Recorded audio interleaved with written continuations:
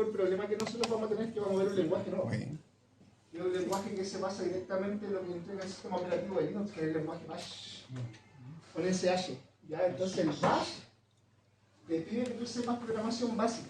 Bien, ¿por qué? Porque también entra todo lo que es esencial para la estructura, por ejemplo, condicionales, cíclicas, funciones y todo ese tipo.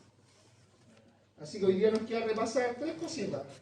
Nos queda repasar funciones, el mientras, que es el while, y vamos a empezar con for para volver a aterrizar al for. Sí, no me acuerdo que usted había hecho el for de recorrido. El for con más, ¿lo puede repetir eso? Sí, pues no, si vamos a empezar desde el for, ya desde el par. Ya, entonces hoy día vamos a ver tres contenidos para dejarlo listo ya, y con eso ya deberíamos saber todo lo básico. Entonces ya, ¿qué estamos a 0.3? Sí, sí.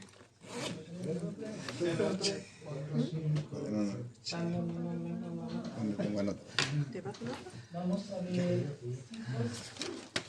Igual se me pegan, pero bueno. Porque después saqué fotos. Con eso estamos floridos. Entonces, que la semana pasada nosotros vimos lo que era entrada y salida de datos, condicionales, y alcanzamos a ver la entrada del ciclo para, que es el for. Ya vamos a hacer un repaso rápido del para que lo entendamos. ¿Ya? Entonces, una cosa fundamental en el ciclo para, que había una gran diferencia, por ejemplo, entre el para y el mientras, o más conocido en inglés como corresponde. Los ciclos se dividen en dos partes. Hay una familia que es la familia de los ciclos for, y está la familia de los ciclos while. ¿Ya? Esas son las dos estructuras cíclicas que nosotros podemos ver en programación. Siempre son esas.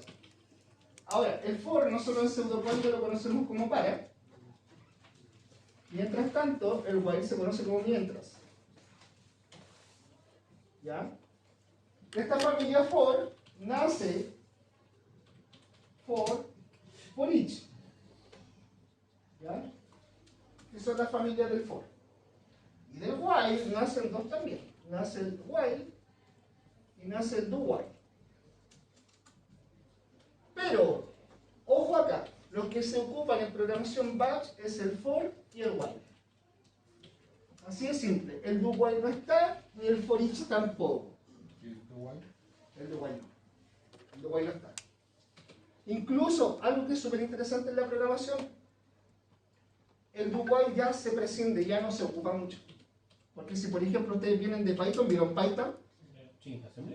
En Python, por ejemplo, en Python tú tienes, si hablamos así como a grandes rasgos, tienes for, por ejemplo, in range, que ese viene siendo el for clásico, Claro. y tiene por ejemplo el for a in list, que es el for each. Esos dos están en Python, for y for each. Mientras tanto, si hablamos de sentencias, por ejemplo, que van a relacionar a la familia del while, solamente está el while. El do while no es necesario si está el while. ¿Ya? Pero el do while aparece, por ejemplo, ¿en qué lenguaje nosotros hemos visto do while? En C++, Java, C#. Toda la familia C tiene do while. ¿Ya? ¿Y cuál es la gran diferencia entre el while y el do while? Que el while se genera, por ejemplo, mientras se cumpla la condición, y este espera que la condición no se cumpla o la rompa. Es al revés, ¿no? ¿Ya? Entonces, cosas que hay que entender. Esas son las familias cíclicas, pero nosotros siempre vamos a trabajar acá, por lo menos desde la perspectiva de batch, dentro del for y dentro del while. ¿Ya? Nada más que eso. Lo bueno es que ustedes han tenido algo de programación, pero la semana pasada me dejaron claro que no se acuerdan mucho y como que les tienen un poco de pavor. Tienen miedo a la programación. ¿Ya? Y lamentablemente toda la segunda unidad, incluso hasta el final, se ve con programación acá en el sistema operativo. ¿Ya? Entonces lo primero, vamos a hacer un para rápido. El para tenemos que tenerlo súper claro, que es para el for. Entonces si nosotros queremos trabajar para, siempre tenemos que empezar obviamente con la sintaxis inicial, pero hay que recordar que el para funciona con una variable índice. Entonces la variable índice la vamos a declarar como i, por ejemplo, y le vamos a dar un valor de inicio, que en este caso va a ser 1. Hasta, por ejemplo, 20, con paso 1 a 0. Eso que yo acabo de hacer es una estructura inicial para el para. ¿Ya? Cosas que yo debo entender rápidamente. El para es fijo. ¿En qué sentido? En el tope. Siempre hay un tope, siempre hay algo que te va a decir hasta aquí nomás llegamos. Y también hay un valor de inicio, siempre tengo que decir desde dónde voy a comenzar a girar. Por ende, si esto yo lo veo, digo, mi ciclo para, va a comenzar con el valor inicial 1 y el valor de tope 20. O sea, va a recorrer del 1 al 20. Así de simple. Va a recorrer 20 veces. Y cuando yo le digo con paso, eso es la frecuencia de recorrido. Si voy de 1 en 1, 2 en 2, 3 en 3, ¿ya? Entonces eso se le dice step, con saltito a veces. Y en este caso es de 1 en 1. Entonces, si yo analizo esta jugada, digo inmediatamente que la variable i es la que controla toda la situación. Y la variable i comienza en 1, va a llegar hasta el 20 y va a saltar de 1 en 1. Por ende, si yo acá hago solamente un mostrar ahí, que eso viene siendo como un print, mostrar i, lo que me va a mostrar técnicamente que viene siendo del 1 al 20. ¿Se entiende? Eso es todo lo que hay que entender con el para. ¿Ya? Ahora que el para nosotros le demos otro uso, claro que sí. Por ejemplo, el para es muy bueno para trabajar manejando estructuras, por ejemplo, de arreglos. Cuando quiero llenar un arreglo, cuando quiero trabajar una lista, cuando quiero trabajar elementos, por ejemplo, repetitivos. Y nosotros, por ejemplo, cuando estemos en batch, ¿en qué situación lo vamos a ocupar? Recorrer ficheros. En la recorrida de ficheros o en la búsqueda de ficheros vamos a hacer lectura mediante el for. Entonces, lo que hay que aprender es cómo leer. ¿Ya? Es tan simple como eso. Ahora, cosa que también me debo acordar, que la alteración de los parámetros también es válida para el para o para el for. ¿Ya? Si yo invierto, por ejemplo, los valores, si yo le digo inicio en 20, llego hasta 1, con paso menos 1, acá voy a hacer el recorrido a la inversa. Voy a empezar a recorrer desde el valor 20 hasta llegar al valor 1, porque voy disminuyendo el recorrido de 1 en 1. Por ende no me debería mostrar del 1 al 20, sino del 20 al 1. Si le pongo play, ahí me fijo que también el recorrido lo puedo hacer de forma inversa. ¿Y eso quién me lo dice? La inversión de tope con inicio y el step al negativo. ¿Se entiende? Eso también es bueno saber, que puedo recorrer tanto para adelante como para atrás. ¿Vale? Ahora, ¿qué es lo que tiene de interesante esto? Por ejemplo, si yo lo retorno a un valor inicial estándar y yo le digo, por ejemplo, con paso 10, ahí voy generando saltos de valores de tiempo. Y ahí va cambiando. Entonces, si tú te fijas, va a comenzar de 1, 21 y 91. ¿Se entiende? Porque empieza de 1. 1 más 10 son 11, más 10 son 21, más 10 son 31. ¿Se entiende? Así va funcionando. ¿Ya? No es muy complicado. Siempre hay que recordar que cualquier elemento que tiene relación con la familia de los paras, que en este caso es la familia for, tiene un parámetro de inicio, un parámetro de tope y un step, un saltito. Ahora yo te lo puedo escribir, por ejemplo, en un lenguaje que tú conoces, por ejemplo, en C++. For, si fuera igual, int i igual 1, y menor o igual a 20, ¿sí? Porque va a llegar hasta el 1 empieza en 20 y más. Y ahí tiene la sintaxis, el seout, y acá yo podría mostrar el valor. Eso te lo escribí ahora en un lenguaje. ¿Cierto? Ahí te lo escribí en C++, tú conoces C++. Con ese código, profe, Así de simple. tuvimos varios conflictos. Oye, qué nada. Sí. Y uno lo explica en 5 minutos. Sí. Eso- No, ahí estuvimos casi, nos sacamos los ojos. Ya. Ustedes tienen que siempre, por eso yo siempre el repaso de programación siempre lo hago con forma literal. Pseudocódigo es más fácil. ¿Ya? Ahora, cuando tú entiendes pseudocódigo, ya solamente hace la transferencia del lenguaje, no. Por eso es mejor verlo con pseudo y después traspasarlo al lenguaje. ¿Vale? Así de simple el for. Más allá no va a ser, ¿por qué? Porque hay una cosa interesante. Los for acá, en batch no hay arreglos, entonces no es necesario. No es necesario que te explique cómo funciona un arreglo, no hay. ¿Ya? No va a haber arreglos, entonces ¿para qué? Matrices. Tampoco. Vaya a ser de correr el fichero más que nada. ¿Ya? Entonces hay que aprender a recorrer el fichero. Y ahí hacer búsquedas por fichero y búsqueda, y ahí los valores se van a almacenar en variables. No pasan por arreglos, pasan por variables más que nada. ¿Ya? Eso. Ahora, hay algo interesante acá. Salimos del para y vamos a entrar al otro formato de ciclo. El formato más interactivo. Lo que pasa es que nosotros, por ejemplo, cuando trabajamos en formato de ciclo, tenemos un ciclo que es iterativo o repetitivo, que es el para. Se repite y trabaja de forma automatizada. Pero hay otro ciclo, que es el ciclo mientras o el while, que trabaja de forma condicionada. La condición señala cómo se debe comportar o cómo debe trabajar. Y acá este ciclo tiene mucha lógica. Si tú lo generas mal, genera loops. ¿Ya? ¿Qué significan los loops? Que no paran y no hay cómo frenarlo. Ahí donde yo decía que usamos el break. No, el break no se usa. Se generan buenas condiciones, los breaks no se ocupan. Sí. ¿Ya? Las condiciones se generan de buena forma para evitar los breaks. Entonces acá van a poner harto ojo. Por ejemplo, vamos a hacer una situación bien estándar. Yo voy a declarar una variable cualquiera, por ejemplo, una variable, vamos a ponerle variable num, y le vamos a dar un valor 0. ¿Ya? Y yo acá voy a escribir lo siguiente. Mientras num sea distinto de 0 a 0. Acá yo voy a hacer lo siguiente, mostrar, estoy en el ciclo,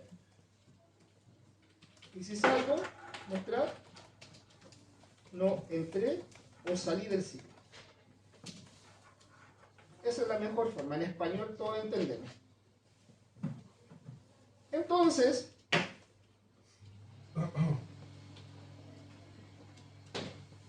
pongan harto ojo porque acá hay que entender esto. Eso es lo que te da la chance o la llave de arranque. En el mientras o en el while, la condición que tú generaste. Ahora, ¿qué hay que entender previamente? ¿Cómo funciona este ciclo? Primero, este ciclo va a funcionar o va a entrar al ciclo, para que entendamos, va a entrar dentro del contenido que le corresponde al ciclo, o sea, en esta parte, porque está entre el mientras y el fin mientras, siempre y cuando lo que esté en la condición se obtenga un true, o sea, un verdadero. Eso es lo que te dice si el ciclo parte o no parte. Así de sencillo. Entonces, si yo miro ahí y me pongo atento a la situación, num igual 0. ¿Cuánto vale num? 0. No hay nada más que entender. Pero la condición, ¿qué está diciendo? Si se cumple mientras cuánto sea distinto de 0. Yo acá puedo hacerlo muy sencillo. Num, ¿cuánto vale? 0. Entonces, 0 es distinto de 0. No. 0 no es distinto de 0. 0 es igual a 0. Por ende, si tengo que un 0 es distinto de 0, ya, eso me estaría dando un false. ¿Y qué necesito yo para entrar? Un true, un verdadero. Entonces, ¿qué va a pasar? Me va a mandar para afuera cuando tengo un false. Entonces, si yo ejecuto ese código, inmediatamente me va a decir no entré o salí del ciclo. Vamos a iniciar. Y yo me puedo dar inmediatamente cuenta que me dice Salió del ciclo. no entré o salí del ciclo. Chiquillos, eso no es trivial. Yo conozco gente que programa hace años y todavía no entiende eso. De repente están programando y como programan tan mecánico se le olvida pensar que le falta el truco. ¿O por qué no entro? ¿Por qué se me cae? ¿Por qué se me pega? Por eso les digo, esto no es trivial. Yo conozco gente que programa, pero eso no lo dominan, les cuesta. Siempre acuérdate que tiene que cumplirse, que tiene que haber un true. Si el true se genera, entra. Si el true no se genera, no entra. Así de sencillo.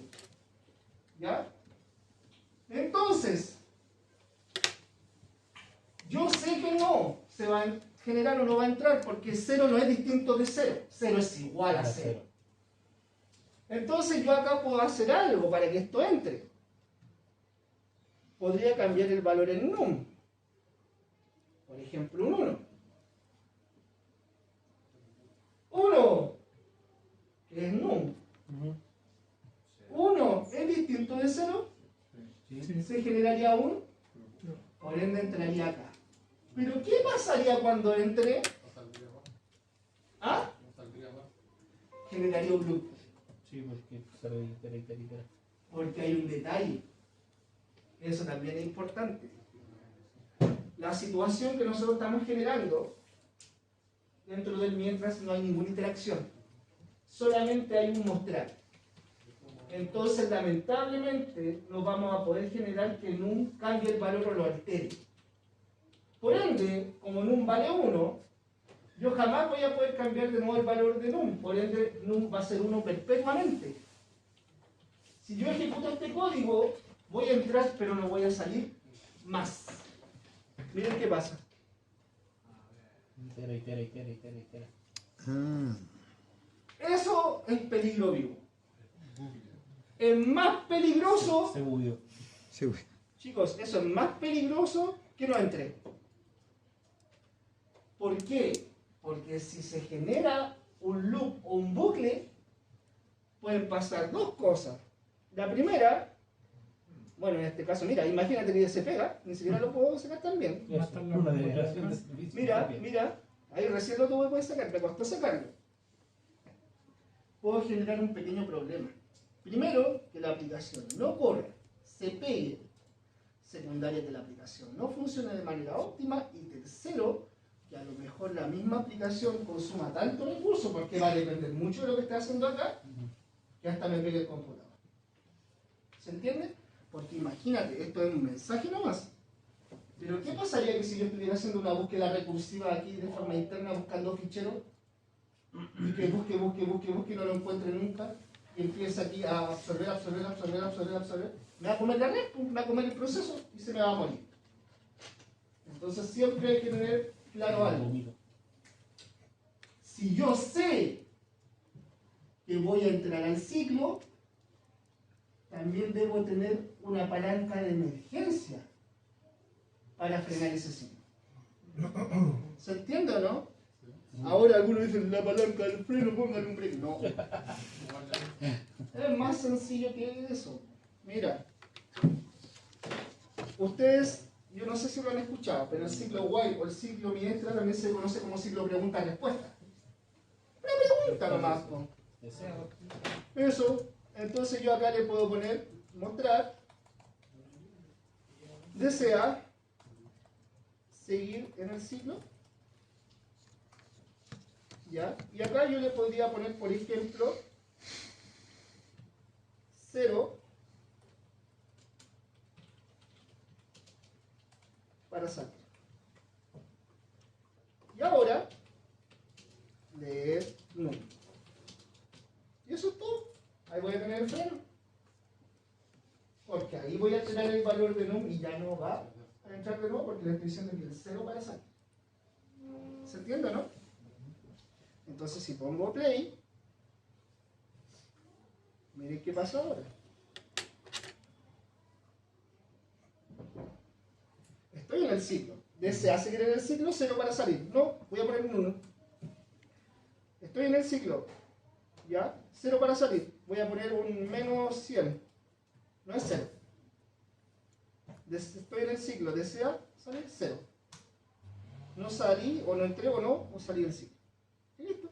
Eso es todo. Y eso es todo lo que hay que tener en No es precaución. simple y tan complejo a la vez. No es tan complejo. ¿Sabes lo que pasa?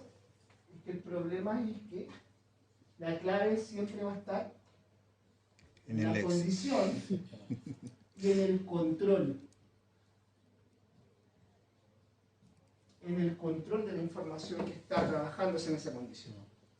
Ese es el truco. Ahora, ¿a mí de qué me sirve esto, por ejemplo, en programación?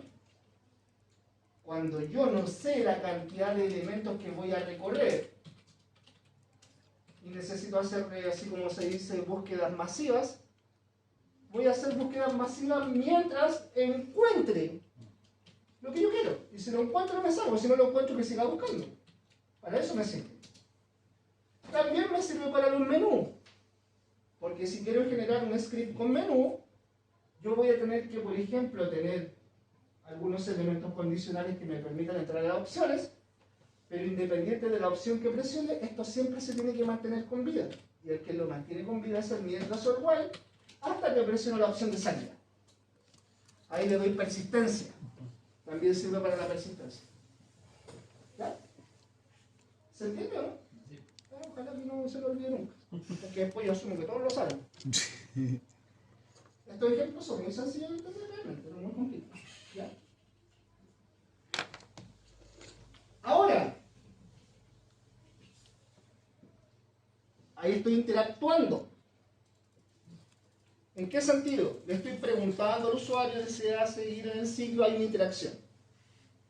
Pero yo también puedo trabajar con mientras hasta que llegue un valor y que el valor lo corte o lo mate. Y ahí podría ser lo que traje también de forma automatizada. Por ejemplo, vamos a generar una nueva. Esto lo voy a dejar de ejemplo, que igual le va a salir para futuro. ¿No subir eso, por favor? Sí, lo voy a ¿Eso copiar. lo subió el profe también? No, solo los algoritmos, para que lo tengan como apoyo. Por último, para que se acuerden un poco, más que nada, si esto no es materia, pero es como repaso. Sí, así no, era más o menos. Ah, así era. Así. Entonces, por ejemplo, yo podría trabajar, por ejemplo, con algo así. Por ejemplo, decir o emular el trabajo de un para con un mientras. Eso también se puede hacer. Para eso podría decir que, por ejemplo, tengo la variable i con un valor inicial 0.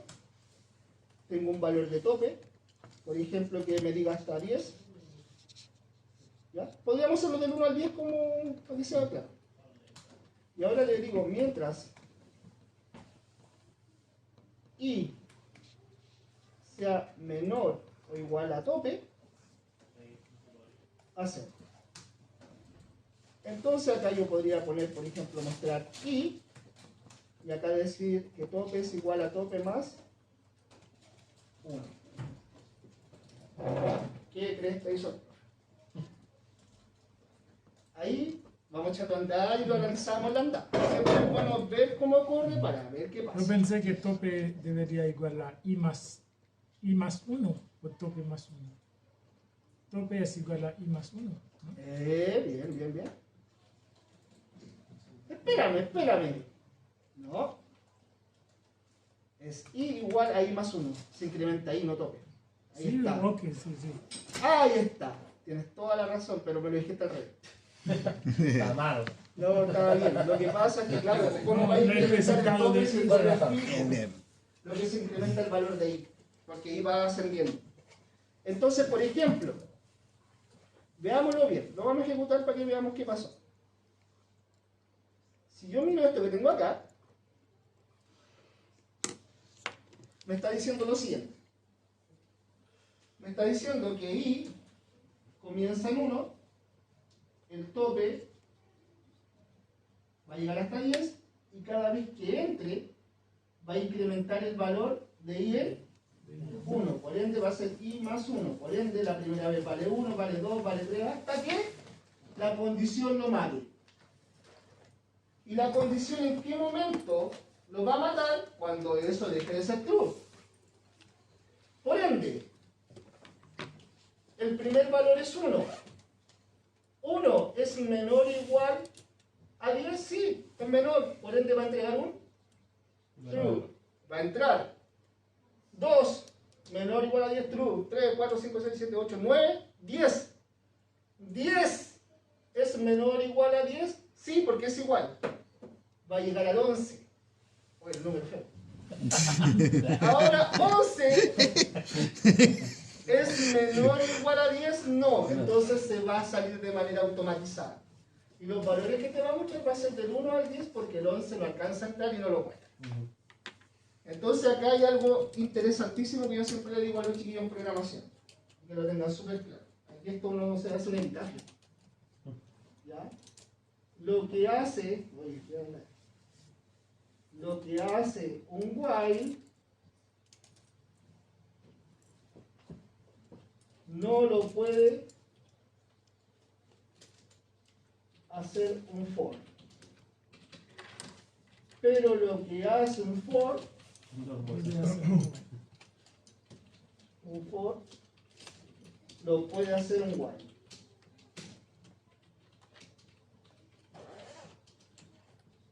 El profe. Atentamente con cariño. Entonces, eso también te va a entender algo. Que tú con el while o el mientras puedes hacer lo mismo que el for. Entendiendo cómo funciona. Pero lo que hace el for, ¿ya? Lo puede hacer el while, pero lo que hace el while jamás lo va a hacer el for, porque no está la capacidad de condición. ¿Se entiende, no? Entonces, muchas veces yo he tenido alumnos que me dicen, profe, ¿sabe que yo entiendo súper bien el while y me gustaría llenar arreglos, recorrer todo un while? Hágalo, se puede. No es altamente recomendable porque lamentablemente si la condición queda mala genera el loop eterno. Eso es lo peligroso.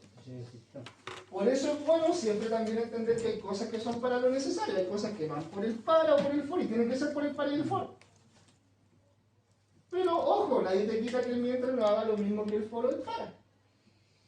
Pero es más de cuidado. Mándate un condor y esto ya no funciona, porque el mientras es más delicado, porque la condición es muy clara. ¿Ya? Te puede generar un loop eterno. ¿Se entiende o no? Ya. Entonces ahora se dieron cuenta que yo no generé interacción, yo no hice ningún break y no hice ninguna pregunta, lo hizo solo. Entonces muchas veces uno de repente puede dudar cuando le falta cancha en programación y dice, oye, ¿sabes qué, profe? Pucha, esto yo no sé cómo funciona porque, oye, ¿por qué le tengo que meter un break y le tengo que meter una pregunta? No. Es la condición en la que manda. Pensar primero en la condición, ver qué pasaría si se cumple o no se cumple, y si es así, ver si entramos en true o en false. Si entramos en false, para afuera. Si entramos en true, sigue. ¿Ya? Así de simple. Ahora, ¿se entendió, cierto? No es muy complicado realmente. ¿Ya? Ahora viene algo más interesante que esto realmente es como lo genérico de lo genérico de lo genérico. Lo interesante son las funciones, y acá se van a harto. En programación uno tiene que saber hacer funciones, sí o sí. Sí o sí, es parte vital. Entonces aquí vamos a entender. Por ejemplo, incluso los lenguajes de programación se apoyan mucho en las funciones.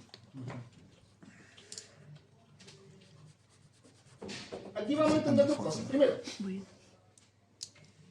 las funciones tienen diferentes tipos de nombres según la forma de trabajo. ¿Ya? Aquí hay que entenderlo de la siguiente manera. Por ejemplo, las funciones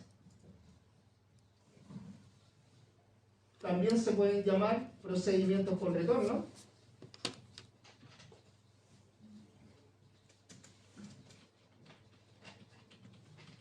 Y según si es la programación orientada a objetos, también se pueden llamar métodos. Se pueden llamar de las tres formas técnicamente. Toda la larga función. Pero, si a mí me dicen, oye, profe, hice un procedimiento con retorno, hay una función con retorno. Si me dicen, profe, hice un método, es una función. Ahora, que método se le dice mayormente cuando está asociado a un objeto. En la programación orientada a objeto hay una parte que se llama método. Y los métodos son funciones que van relacionadas al objeto. Entonces son funciones. Estos son sinónimos de alguna u otra forma. Hay variantes internas por nombre, claro que sí, pero para la son todo lo mismo. Contribuyen a lo mismo. ¿Qué hay que entender acá? Para que sea súper claro lo que vamos a ver. Las funciones como tal, yo le digo funciones, sobre todo en esta parte en batch, están compuestas de tres partes. Están compuestas de entrada, proceso y salida. Siempre.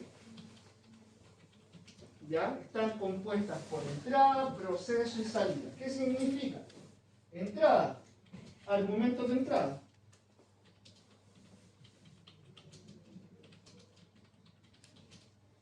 Ahora, profe, no sé qué es lo que son los argumentos de entrada. Lo que alimenta a la función. O sea, ¿qué le voy a entregar a la función? Lo que alimenta a la función. ¿Ya?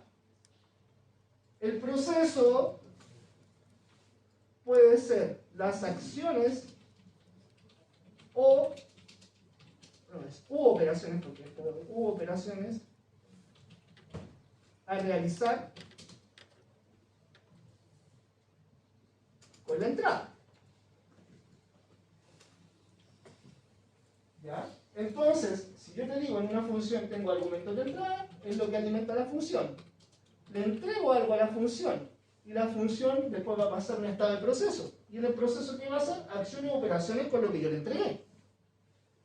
Y finalmente, la salida viene siendo el resultado de la operación o acción.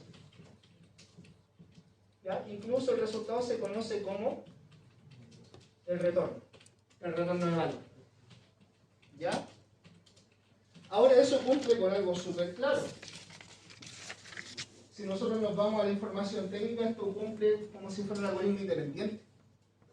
Porque todo algoritmo básico en programación, sea lo que sea, tiene entrada, proceso y salida. Las funciones son subprocesos o son algoritmos independientes que se integran al algoritmo principal. ¿Ya? Y también que tienen de bueno, que esto es fácil de entender cuando tú entiendes, por ejemplo, cómo funciona la arquitectura de von Neumann. Elementos de entrada se procesan en elementos de salida. Tengo un teclado, escribo por un periférico de entrada, mi sistema lo procesa y me sale por una pantalla una impresora que son periféricos de salida. Es lo mismo, para que lo entendamos. Esto que está acá marca cómo debería funcionar, debería trabajar, para no redundar, debería trabajar una función. Entonces, por ejemplo, te doy un ejemplo más sencillo para entender. Por ejemplo, entradas. Quiero hacer una función básica. Función para sumar dos números. Eso es lo más fácil que uno puede llegar a hacer. Una función para sumar dos números. Si yo te digo, función para sumar dos números, los argumentos de entrada van a ser los dos números, porque los dos números tienen que alimentar esa función. Por ende, yo podría tener el argumento de entrada el número A con el número B. Ahí están los dos números, A y B. Ahora, ya tengo la entrada. El proceso sería la operación A más B. Y la salida sería el resultado de A más B. B. Eso es todo. Así de sencillo. ¿Ya? Entonces, profe, si yo quiero hacer una función que, por ejemplo, calcule la raíz cuadrada de cualquier elemento, la alimento con la base, la alimento con el exponente, la opero y espero el resultado según la operatividad que yo le señalé. Profe, quiero una función que sea capaz de, por ejemplo, obtener los elementos mayores. Le entrego lo que quiero procesar, genero la lógica para obtener el mayor y acá muestro el valor mayor. Y así voy trabajando. ¿Ya? Entonces vamos a hacer un ejemplo rápido para que se entienda.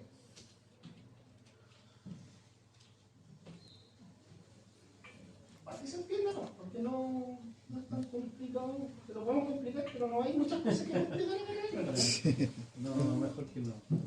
No hay muchas cosas que complicar realmente, hay que ser súper honesto, porque Patch tampoco te va a pedir hacer algo tan pesado. Menos mal que no la Python, porque debe ser más pesado. A esta altura de la vida ahora que. Entonces, por ejemplo, miren, observen acá. Este algoritmo, que es algoritmo sin título o fin de algoritmo, nosotros lo vamos a bautizar como código principal. ¿Ya? O también en los lenguajes de programación se llama el main. Entonces, eso que está ahí para mí es el main. Ese es el código principal, todo tiene que tributar ahí. Ahora, si yo quiero trabajar con funciones, yo tengo que declararlo fuera del principal, porque es algo independiente al principal. Por ende, tengo que hacerlo afuera. Entonces, yo lo llamo como función y me pide variable de retorno. La variable de retorno yo le voy a poner R. Voy a dibujar una flecha. Le voy a dar un nombre a la función, suma. Y los argumentos que quiero, A y B. ¿Ya? Y ahí tengo mi función. Esa es la forma de escribirla en pseudocódigo. Ya, te la puedo escribir en otro lenguaje, pero veámosla en pseudo para que la entendamos.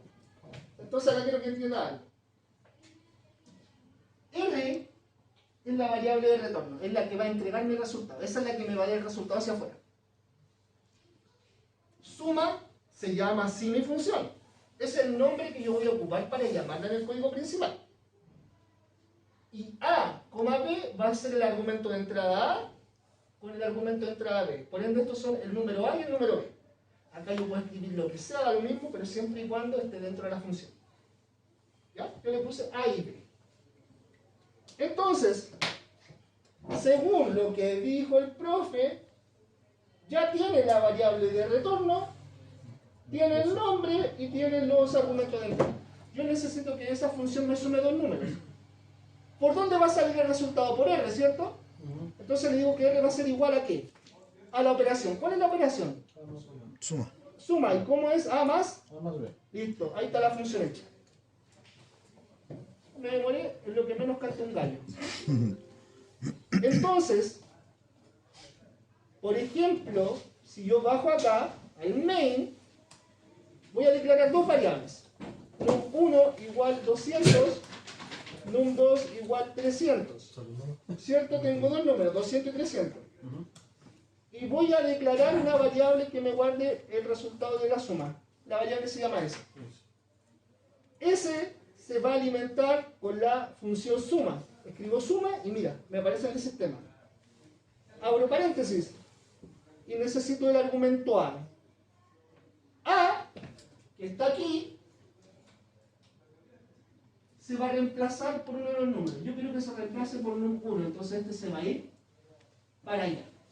Entonces le voy a decir que suma va a ser num1, coma num2. Entonces, num2 se va para acá.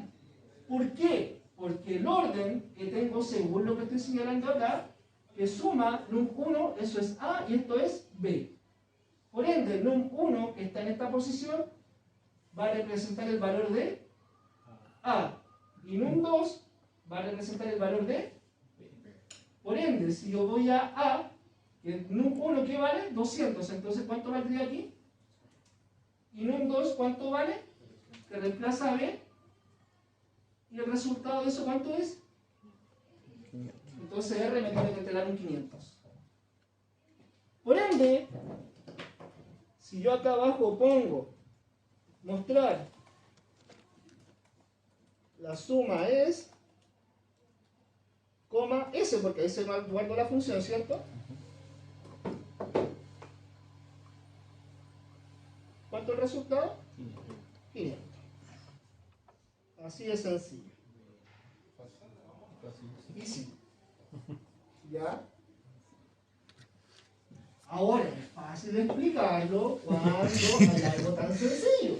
Siempre hay que explicar con las cosas fáciles, no hay que explicar las cosas con lo difícil se hace cuando uno ya entiende. Entonces la suma es 500, perfecto. Entonces yo perfectamente acá arriba puedo hacer otra función. Función R. Le vamos a poner división. A, mira, le voy a poner cualquier letra, da lo mismo. Le voy a poner N1, N2. Da lo mismo. Entonces, fíjense de algo. Ahora creo otra función, ¿cierto? ¿Cómo se llama? Ahora los argumentos de entrada tienen otro nombre, pero en realidad da lo mismo porque se reemplazan en la llamada, así que da lo mismo el nombre que tenga. Ahora, la división es muy simple. R debiese ser igual a N1 dividido por N2, pero hay un problema, que no puedo dividir por 0. Entonces, como no puedo dividir por 0, esta función tiene que ser un poquito más compleja, ¿cierto? Lo hacemos más sencillo, con un si. Si N2, porque N2 va a ser el divisor, es distinto de 0, entonces le vamos a decir que R va a ser igual a N1 dividido por N2.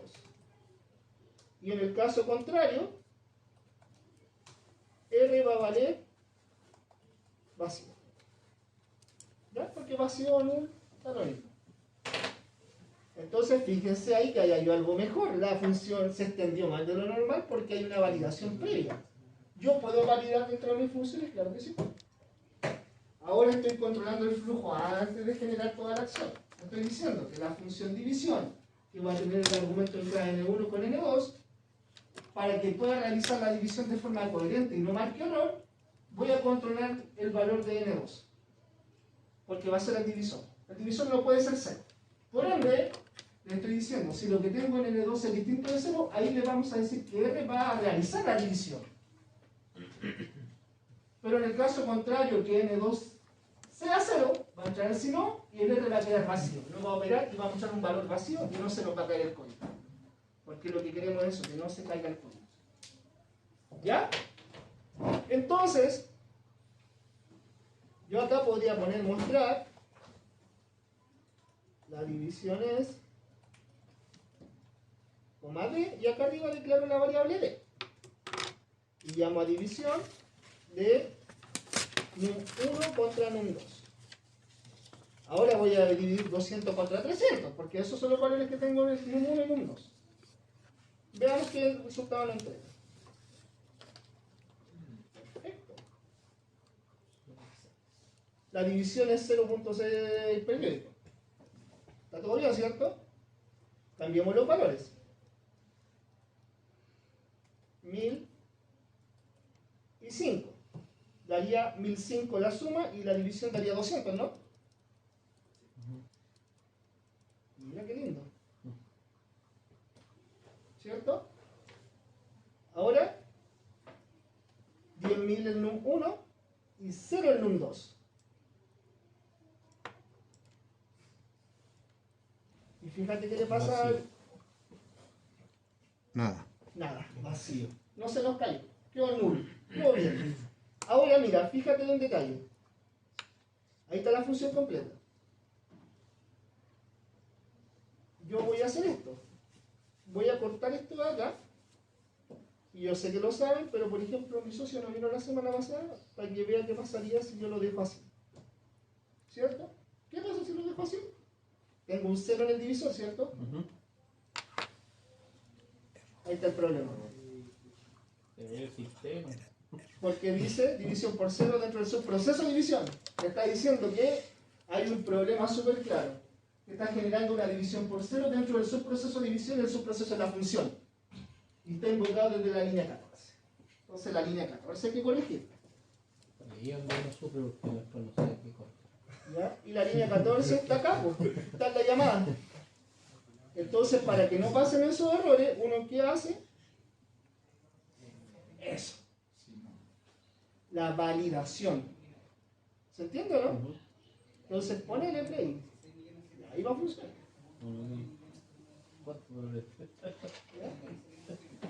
¿Se entiende o no cómo funciona? Ya, ahora quiero que veamos otra cosa, porque esto está fácil hasta el momento. No, sí, estamos trabajando fácil. Lo que hay que entender es lo básico, ¿sí? ¿Ya? Lo básico es cambiar y alterar todos los movimientos de una función. Por ejemplo, ahora estamos en pseudo, así que eso es favorable. Fuera Python sería horrible porque Python tiene múltiples salidas en una función. Acá no hay. ¿Ya?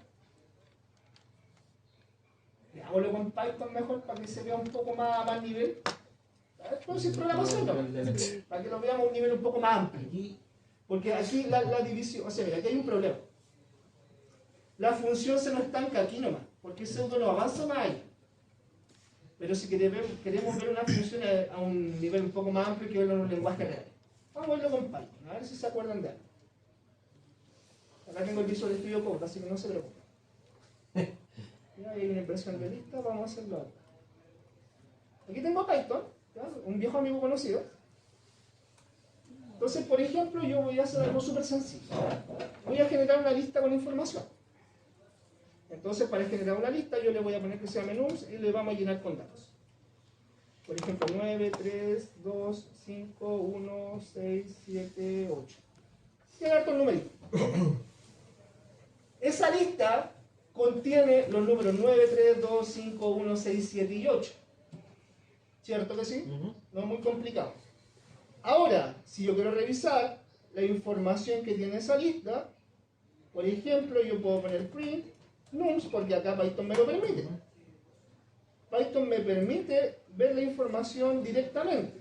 No se recorre, sino te la muestra como estructura masiva. Entonces, si yo pongo play acá, y vamos a cerrar este que está acá, no, que está muy amplio. Hay un sistema. No, hay que limpiarlo. Que Python acá yo lo tengo muy amplio. Ahí está bien. Ahí lo mostré. No, es que se ve acá porque esto es verboseo nomás. Aquí está la lista. 9, 3, 2, 5, 1, 6, 7 y 8. Esa es la forma para poder ver la estructura con todo su contenido. No es el recorrido, solamente la visualización. Si ustedes tuvieran Python conmigo, esa no es la forma de mostrar, pero para que vean que están los datos. ¿Ya? Ahora,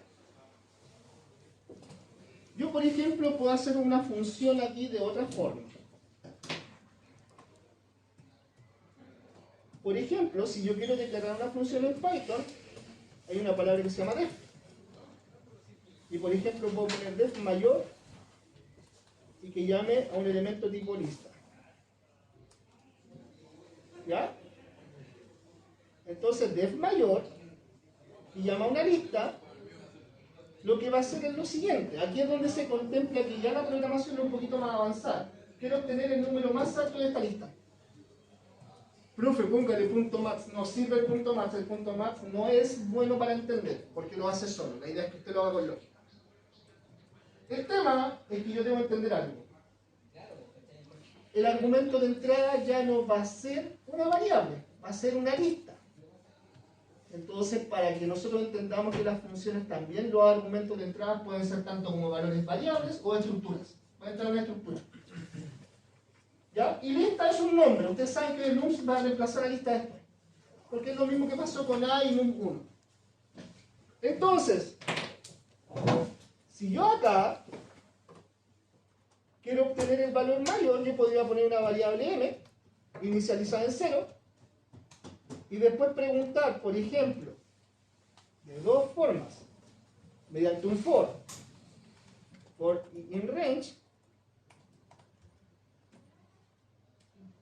len de la lista. Ahí estoy recorriendo la lista. Ya voy a hacer el recorrido de la lista. Este es un for, que es un par. Va a recorrer con la variable índice i, pero va a recorrerlo hasta el tamaño que tenga la lista. Si la lista tiene 10 números, va a recorrer 10. Si tiene 200 números, va a recorrer 200 números. Entonces la función es universal.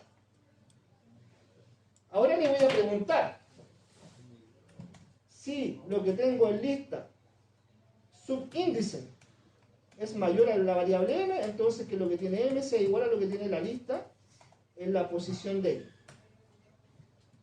¿Ya? Con eso estoy logrando algo, estoy obteniendo el mayor.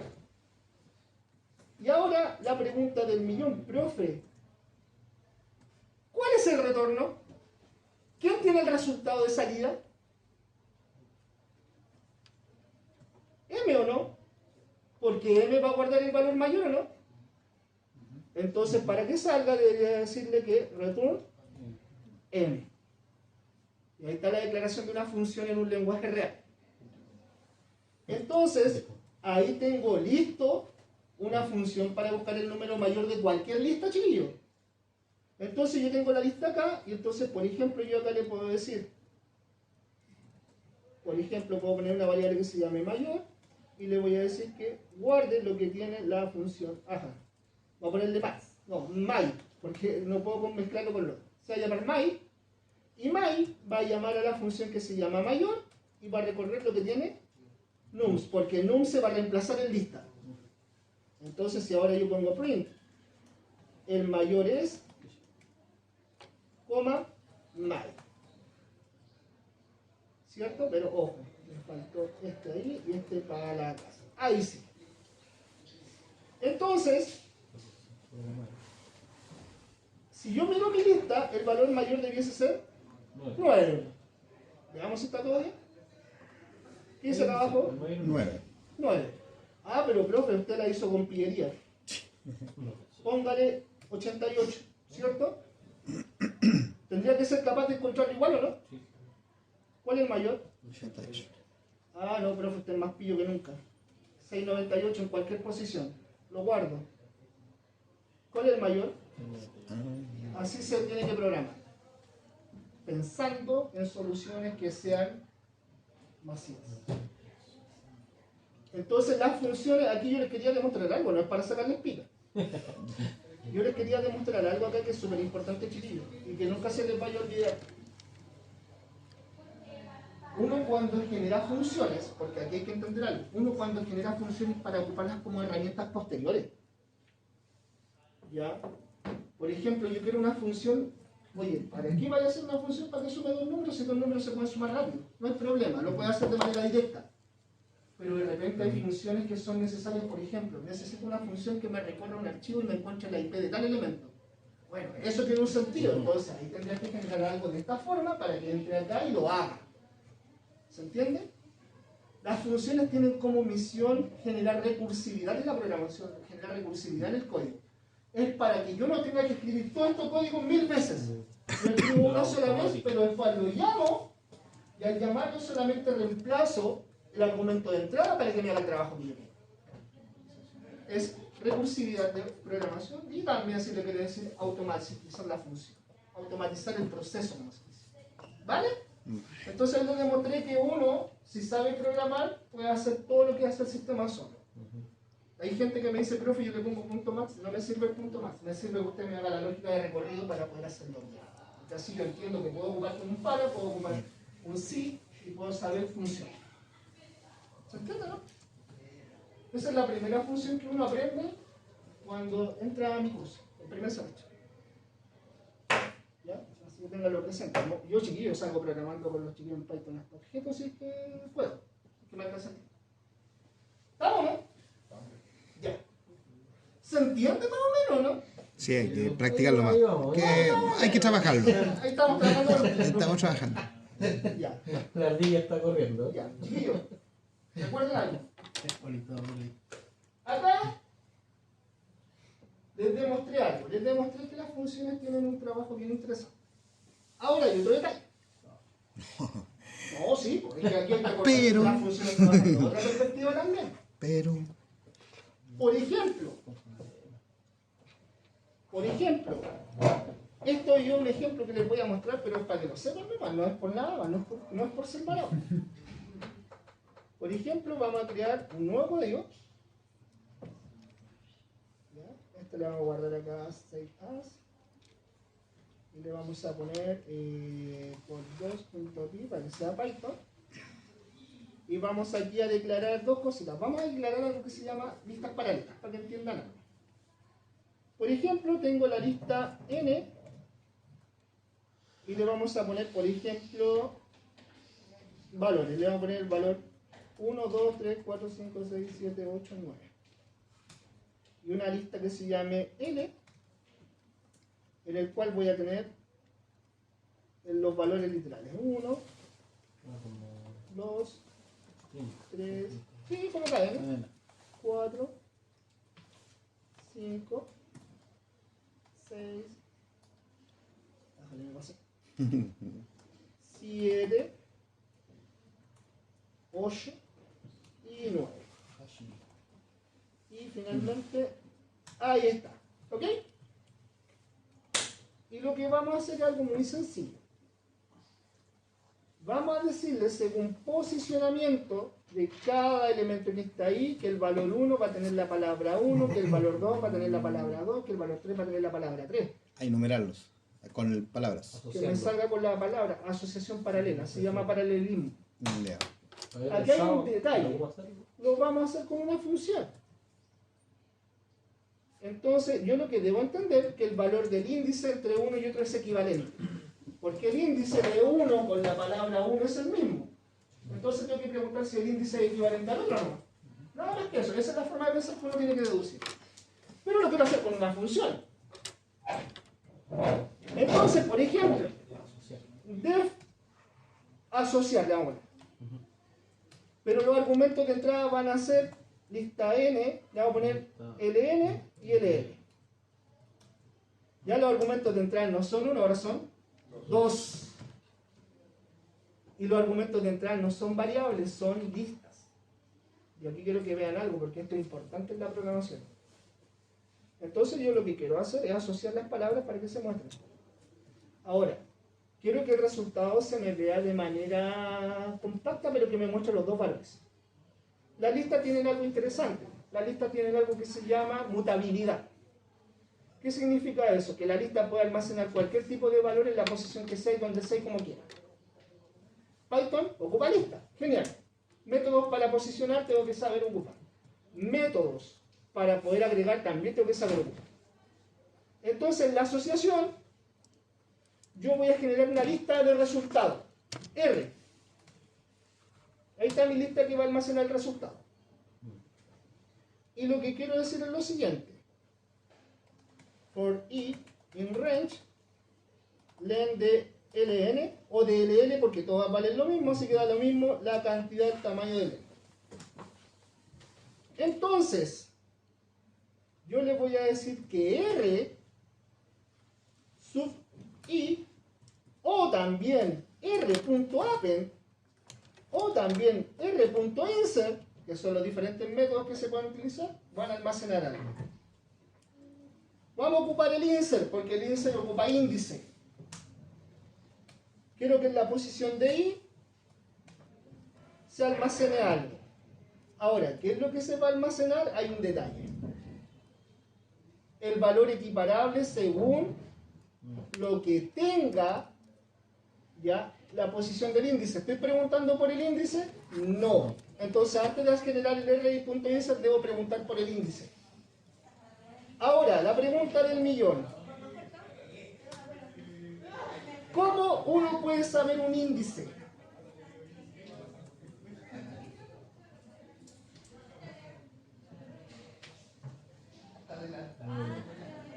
Buena pregunta. ¿No se acuerdan de nada? Profe, como el primer año ya. Y a ver. Si lo que tiene, por ejemplo, ln. Punto. A ver, veamos si hay algo. No tengo punto. Eso no me está. Pero que ln no lo va a traer. Es como lista si es que yo no lo invoco. A ver, veamos. Es el valor de i. Tendríamos que hacerlo. Es que aquí no lo va a tomar como lista de forma directa hasta que esté en la función. No sabe lo que es ln todavía. Entonces lo que podríamos hacer acá, bautizarlo, no sé si se podrá, que ln sea y ln sea la lista al tiro. O como decirle ya, para que me entregue lo que necesite. Vamos a ver si lo va a tomar. Ahí me aparecen los métodos de lista. Entonces, por ejemplo, fíjense que hay uno que dice punto index. Entonces quiero ver qué hace punto index. Dice, retorna el índice de un valor. Pero ahí no me está entregando la posición. ¿Se entiende o no? Me entrega solamente el índice de un valor. Tendría que buscar por un valor y no me va a servir lo más probable. ¿Ya? Ahora, tendría que pensarlo de otra forma. Por ejemplo, que el n, ¿ya? Si lo que está en el n sub i, ¿ya? Y lo que está en el n sub i, ahí generaríamos un detalle, ¿no? Pero hay un problema. ¿Qué pasaría con esa lógica? Vamos a eliminar eso que ya no sirve. ¿Qué pasaría con esa pregunta? ¿Hay algo malo ahí? Que la comparatividad no es correcta. ¿Por qué? Porque le estoy preguntando si lo que tengo en el LNI y el LLI, pero ¿qué estoy preguntando? Nada, ¿o no? Con M y L. Entonces, sub i es el contenido. ¿Ya? Entonces la pregunta del millón, ¿cómo tengo el índice?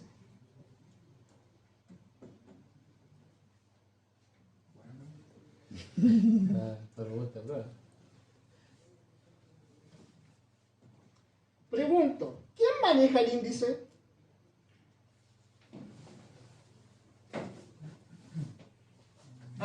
mantiene el índice en pie ahí? ¿Qué? ¿Quién tiene el índice? La I, po. Sí, pues, ¿no? Yo, pues entonces ahí podría empezar, ¿no? Entonces, para hacerlo más sencillo, si lo que tengo en I, ¿y qué es lo que viene siendo? El índice. Es igual a... ¿Quién estaría preguntando ahí? ¿Cierto? Pero ahí habría un detalle. Lo que tendría que decir acá, ¿qué debería guardar si el índice es igual a 1?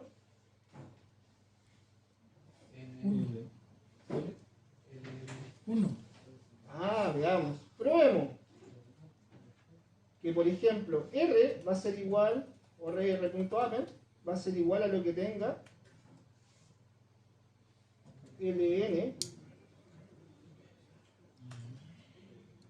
contra ll sub i. Veamos. ¿Cierto? Ahora vamos a ver qué pasaría. Vamos a probar. Entonces acá vamos a mostrarlo directamente. Vamos a ver si hace lo que yo espero. Entonces le voy a decir aquí print y voy a decirle asociar y le voy a decir que tome n y n. Entonces aquí debería pasar algo. Si está todo bien, debería mostrar algo. Si está todo mal es porque hay una falla lógica. Probemos. ¿Qué me generó? Vamos a limpiar porque aquí generó un... No vale pegar.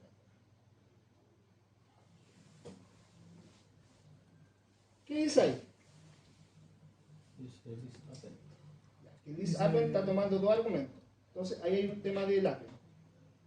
Te estoy diciendo que el append está entregando dos valores. Hay que entregar uno. Entonces lo vamos a hacer así. Hay que hacerlo por separado. Ya. Vean bien, miren qué pasó. ¿Qué hizo abajo? 2, 2. ¿Y por qué marcó un 2? Porque comienza desde 0. Pero está haciendo bien lo que espero, ¿no? No. El 2 lo asocia al 2, po. Está bien, po. La lógica está bien hecha. ¿O no? Sí, Está haciendo lo que yo espero, ¿no? Exactamente. sí, pues está nombrando que el 2 es 2, el 3. El 2 es el 2 ¿Y por qué no mostró que el 1 era 1? Porque no salta. por la posición, porque toda la posición comienza en 0. Ahí te va a tomar el 1, mira. Ah, verdad. 1, 1. Verdad que es 0, 1. Pero a Sí, Se me Y olvidó. fíjate de algo, mira. en el cuadro 0 es Si 1. le pongo el valor 8, porque hasta ahí va a llegar, ahí debería condicionarlo para que se frene. Es 0, 9. Está haciendo la pega. 0 a Uno. tiene que poner como es decir, 1 y ahí pasa 2. Fíjense de un detalle, chiquillos. Eso es súper fácil. Si usted lo mira, yo se lo digo, ¿cierto? Ese sentía fácil. Pero ¿qué debería hacer yo para que esa función sea buena, perpetua? Porque ya hace lo que yo espero. Agregar una condición. Podría agregar una condición primero para controlar, que eso no se pase de los números que yo quiero. Pero también podría generar que la función reciba otro argumento de entrada para que yo ingrese un valor y que ese valor se reemplace en i. Y así yo pueda decir cuando presione el 1 me muestra el 1, cuando muestra el 2 presione el 2 y cuando muestra el 3 me muestra el 3. Ah, Eso es lo que hay que ir pensando en la solución. ¿Se entiende? Porque ya hace la pega, ¿no? Porque yo le cambio el número y me muestra lo que yo quiero. ¿Se entiende? Entonces ahí yo debo tener un control de cómo generarlo. Ahora, el tema es el siguiente. ¿Qué debería hacer yo para que esto mejore? Primero, pensar que debería ocupar una tercera. No, ¿para qué será que una tercera o un tercer argumento de entrada? Y ese argumento de entrada lo va a agregar el usuario. Entonces le podemos poner U. ¿Cierto? Ahora, que luego en vez que sea 8, que sea lo que ingrese el usuario. Ajá. Entonces, Ahora yo debería decirle acá, a ver si que después tengo que ajustarlo para que sea el 1 el 1, bueno, ahí pero lo vamos a probar. Ahora vamos a hacer para que el usuario ingrese algo. Entonces le vamos a decir aquí, por ejemplo, con una variable cualquiera, vamos a ponerle variable A, le vamos a poner tipo int, que sea input, ingrese valor. Entonces aquí está esperando lo que tiene el tercer valor, que sería A. ¿Se entiende cómo se puede agrandar una función según los parámetros de entrada, no? Entonces ahora lo que sí debería empezar de cero. Debo pensarlo así. Entonces abajo voy a limpiar. ¿Y qué me dice ingrese? Y Valor. si pongo un 0 debería mostrar un 1. Ahora, vamos de nuevo. Limpio de nuevo. Si pongo un 5 debería mostrar un. Bien. Está haciendo la pega, ¿no? Ahora, ¿qué tengo que hacer para controlar? Manejar mejor el índice, ¿o no? Para que salte el valor 0 al valor 1. ¿Ya? Bueno, eso yo creo que lo pueden hacer ustedes, ¿o no? Está re bueno. Chiquillos, todo esto que uno hace, que es súper sencillo, es una asociación muy fácil. Y esto es lo que usted va a tener que hacer hartas veces en programación. ¿Por qué? Porque, por ejemplo, te voy a dar un ejemplo muy claro de lo que puede pasar en el batch.